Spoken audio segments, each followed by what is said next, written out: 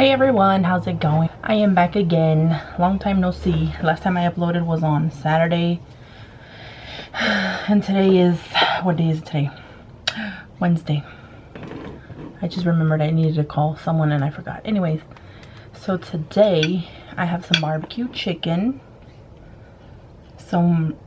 This was supposed to be white rice, but I fry my rice. And I'm not supposed to let it get brown, like I just fry it a little bit and I forgot all about it and it turned brown. So I had to make it into a red rice. But I didn't have tomato. But I had tomato, like these tomato cubes.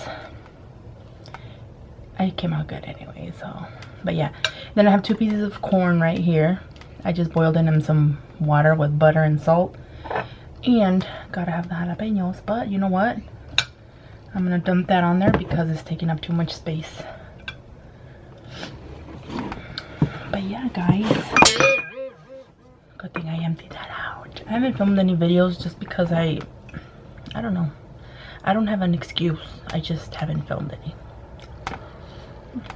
Start off with this rice. Came out good. It's not bad at all.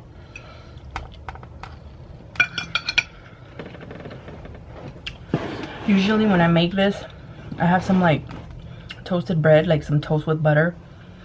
I don't have toast. I have bagels. And I was thinking, should I get bagels? But no. But yeah, look at this skin. I just baked like a whole chicken in the oven with some pepper, salt, and butter.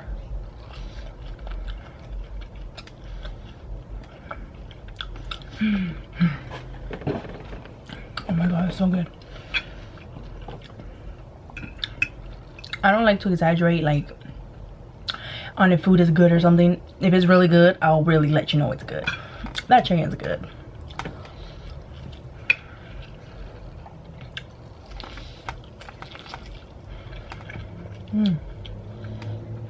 This crab is from when I did the seafood boil. I had some corn left over. Anyways, let's jump right in because I do have a story time for you guys today.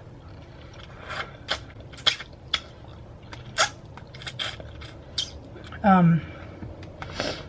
know I haven't done a story time in a while.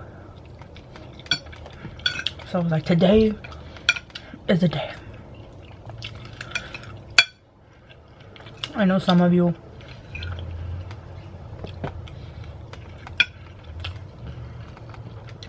a lot of you like the hotel stories.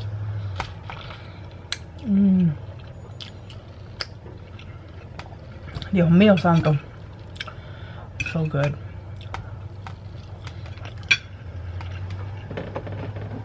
Yes, girl, I was starving. So, I have a hotel story time. Oh. H2O. Why does that H2O taste weird? Tastes like water. But so some of you were asking about like drug busts and all that. There were a few. And just to let you know, every few months the police, like these police officers, go to the motel and train their dogs. Like they're training dogs to like smell, you know, if they smell drugs or anything. So they train them at the motel. Like they tell us, when this person checks out, don't clean the room, leave it dirty. We're gonna train them in the dirty room. So they take the dog in there and they make him smell and stuff. Like I don't know what they do in there, but they train them there. So one time these Hispanic guys came and stayed at the motel. They were not Mexican. I don't know where they were from, like from Honduras, from Guatemala, I don't know. They were not Mexicans, and the reason why I know this is because Mexicans, we talk different, you know. And so do people from Guatemala. They might talk a little bit different. People from Honduras. Anyways, but we knew they were not Mexicans. Because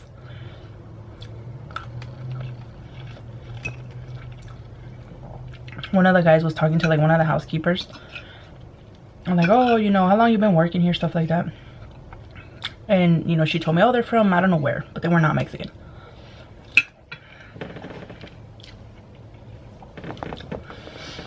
So it was a whole bunch of guys. Like, I want to say they had like 3 rooms.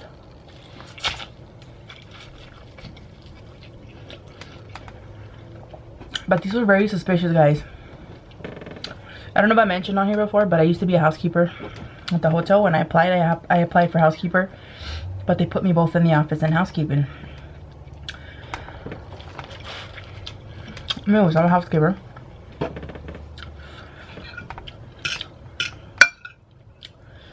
And these rooms had like 3 guys in each room. But they were very suspicious. Like, they were there for like a week. They would not let you come into the room and clean it. If we would knock on their door to see if they wanted service, they would open the door this much. And then they would just look at us. And then we'd be like, do you need service? And they'd be like, no. Like, they were so suspicious. I was like, I thought they were creepy. I was like, they creep me out.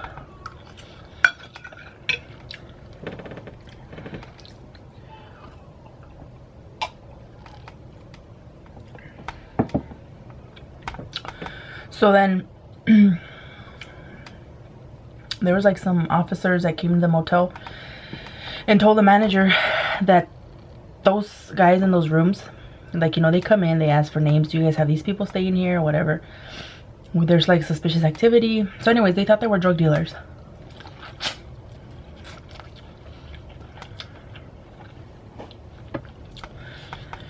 But they didn't want them, they didn't want the guys to know that they were being like watched. And where I work, motel right here across from me is another motel, like in the same parking lot, but like next door.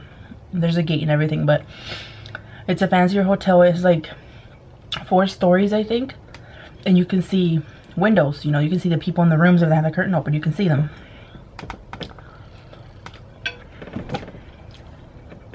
So then my manager told me, all right, you got to be very discreet, because these people, they think, the cops think that they're drug dealers, and they're like watching their every move. You know, don't make it obvious that you know something. So I was like, oh man, like I have to go to the room and ask them if they want service. Like,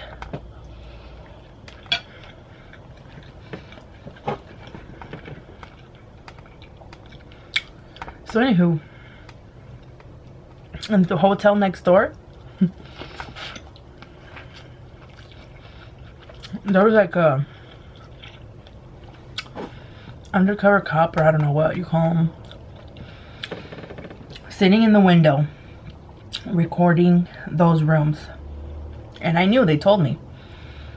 And they're like, just don't look up there, don't make it obvious that you know that they're up there, because then they're gonna be like, what is she looking at? So one day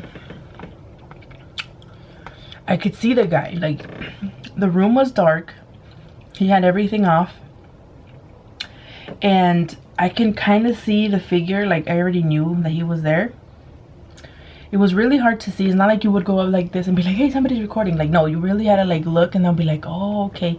He was sitting kind of far, and I don't know if he had like binoculars. Is that what you call them, binoculars? I don't know. I don't know if he had like a camera. He was doing something, and I know he was watching those rooms. So then me, oh my god, I'm not even lying. I already knew that they were up there. And then I would like discreetly kind of look to see what room they were in until I found them. I was like, all right, it's that one right there.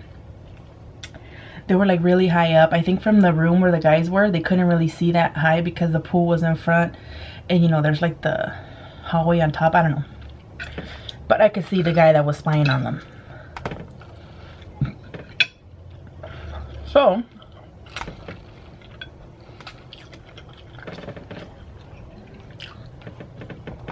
I'm like, all right, I have my little cart, and I'm so dumb. I made it like, I didn't make it obvious that I knew they were there, but this was me.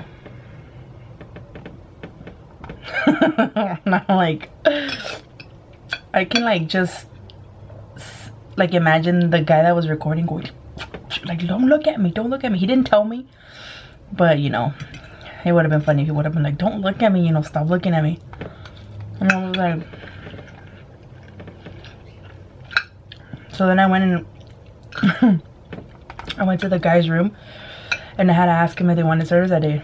So I knocked and they opened the door. I'm like, do you want service? But I was like nervous, and they're like, they had like this evil look on their face, and they're like, he didn't even answer, he just went. I was like, okay. So then I go back and I get my card and I'm walking and I look up there and I'm like, if they watch these videos, oh my god, like, can you imagine like me just walking and being like, and then I turn the other way and I'm walking and I'm still looking up there like, hi guys.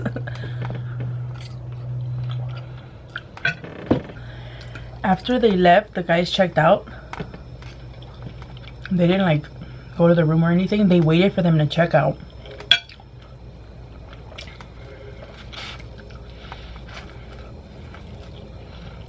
After like a week of them being spied on and me doing this. As soon as they checked out and left, the cars left, the cops run in there with their dogs and immediately go into all 3 rooms to smell, to see if they could smell drugs and stuff. They found some white powder residue on one of the rooms, like very little bit, and guess what it was? Cocaine. Anyways, the point is that they left after the cops did a research or searched. They were in there for a long time. Nobody was allowed to go in there. And I guess somebody else, like more, like other people went after the guys. Point is, they got arrested. I don't know what they found. They didn't want to tell us everything, but they found something.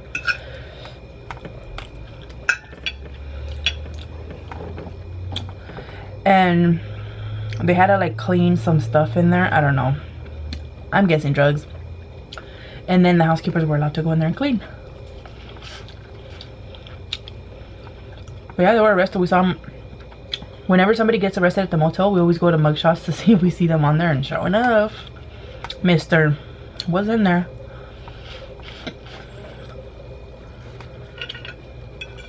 So yeah. And then another time, there was like this drug deal going on in one of the rooms. And one of the guests at the other motel where the guy was spying was looking out the window. He's like, what the hell? And he called us saying there's some suspicious activity. I think there's a drug deal going on. And all of a sudden, the people that were doing the drug deal started fighting. The guy's like, oh my god, they're fighting. We run out there and they're like, boom, boom, boom. Call the cops. They get there quick, and sure, if it was a drug deal, they started fighting about something. But they were like beating each other up.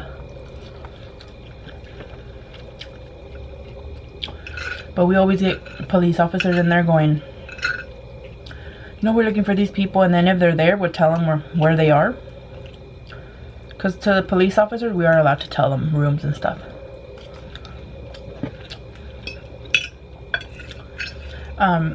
Sometimes I'll be like, oh, there's some suspicious activity, a lot of traffic going on in the back. And sometimes they'll like run out of there. Like you see cars going boom, like as soon as they hear the cops.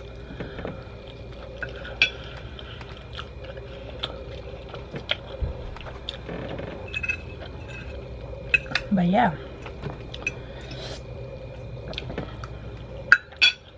there'll be some meth heads that come in. When I first started working there, I didn't know what meth really was or what it did to you or how you acted when you were on it. And I was working and this guy comes in, like an older guy, really tall, thin, and he's going like this, like, and I was like, sir, what the hell's going on, you know? This is when I was being trained. And then he would like with his arm, he'd do this, like he'd be twitching, and I was like, what the hell? The power of Christ. And then after he left, the girl that was training me, she's like, see that guy? He's on meth. And he had like scabs all over his face, like blood, and like keep picking at his face. I'm like, really? And I've had a lot of people come in there like that. Like, they'll be like, do you have a room? And I'm like, no. Sorry, but if we suspect that there's going to be some type of trouble from people checking in, we're allowed to like deny them and be like, no, sorry, we don't have anything available. So if they come in twitching like, yeah, I have a room, I'd be like, no. And then this girl once came in, she had cotton mouth so bad, and she's like,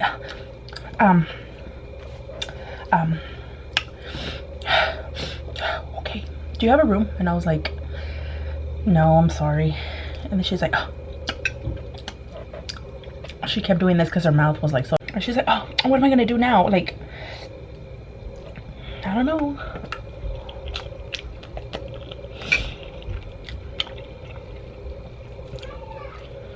But yeah, people are just weird people. Some people are just weird. Like, they used to scare me, but not anymore. When they come in, like, once I even asked this girl, on your drugs or something? She's like, no, I have, she said she had some type of disease. And I was like, crack disease.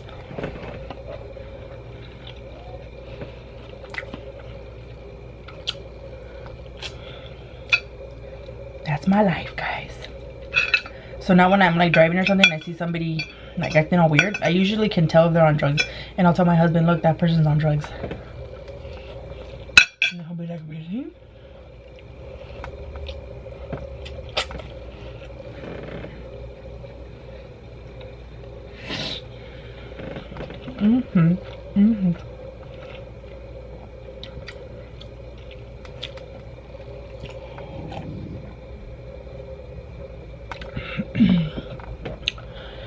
When they hit the spot. I'm done. I hope you guys liked the story time. If you did, don't forget it, give me a thumbs up. Don't forget to subscribe. If you're interested in seeing me and my family's life, I do have a vlog channel. I always try to link it down below so you can follow me there. And I will see you guys in my next video. Bye guys.